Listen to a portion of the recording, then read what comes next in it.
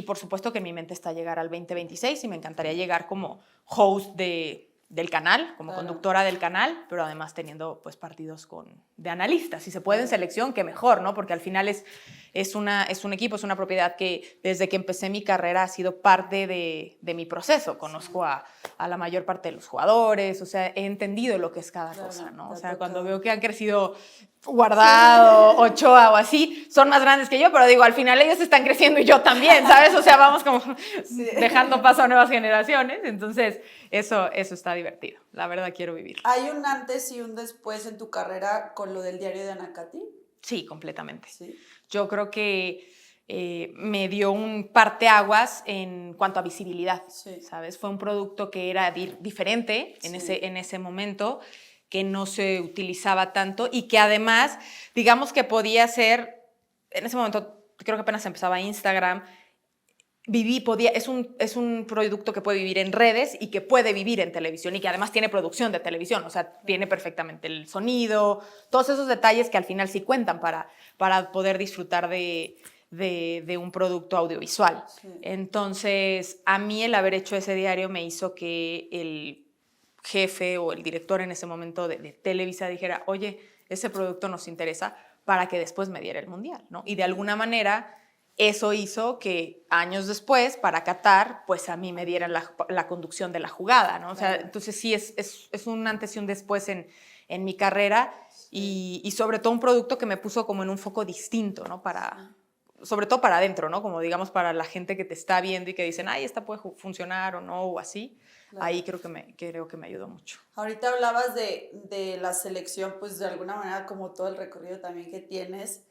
En tus conocimientos con el tema de la selección, ¿qué es lo que crees que está pasando ahorita de la selección de antes o de hace unos años a la de ahorita? O sea, porque justo el otro día se lo comentaba al Piojo, o sea, yo, pues como te dije, no soy muy fan del fútbol ni sé tanto, pero sé lo que vivo con Andrés, ¿no? Entonces me tocó a lo mejor el de Brasil, que había como muchos nombres más reconocidos, también todavía en Rusia se escuchaban más los nombres de los jugadores y ahorita como que siento que está un poco desbalagado el tema, ¿no? O sea, como que no tienen como una personalidad propia como selección, así, lo que yo veo, ¿eh? No, yo tampoco es que sepa mucho, pero ¿qué es lo que tú ves de diferencias de la selección de antes a la de ahorita? ¿O qué está pasando realmente con la selección? Digo, por supuesto que los nombres que han existido antes y, bueno, del tiempo que yo empecé a cubrir, que es un poco de la etapa de Miguel Herrera, sí, un poco antes a la actual, existían muchos nombres con un peso específico, ¿no? Sí. De los últimos, bueno, lo de Andrés y Memo, pero yo creo que también los nombres muchas veces se acompañan por los resultados, ¿sí me entiendes? O sea, es la personalidad que el futbolista va imprimiendo, pero también que el entorno les vaya favoreciendo para poderse desarrollar y tener ese respaldo. Yo me rehúso a pensar que el futbolista mexicano no tiene talento o que es una generación perdida, ¿no? Como en muchos lados se dice, porque yo firmemente creo que sí hay jugadores jóvenes con capacidad y lo que está faltando a veces es oportunidad y un entorno más idóneo, tanto en la parte futbolística, en los entornos de los clubes, de selección, como también en la conversación, ¿no? La afición se cansó, sobre todo después de Qatar, pues que no se accediera a la siguiente fase, que han sido años de resultados complicados, más allá de que se gana la Copa Oro, y eso de alguna manera pues va devaluando la conversación y el entorno del equipo mexicano. Entonces yo sí creo que hay talento, creo que se tienen que seguir forzando esos líderes o esos nuevos líderes para que tengan un peso específico como en algún momento lo tuvieron los grandes nombres de la selección, vamos hablando de la época reciente.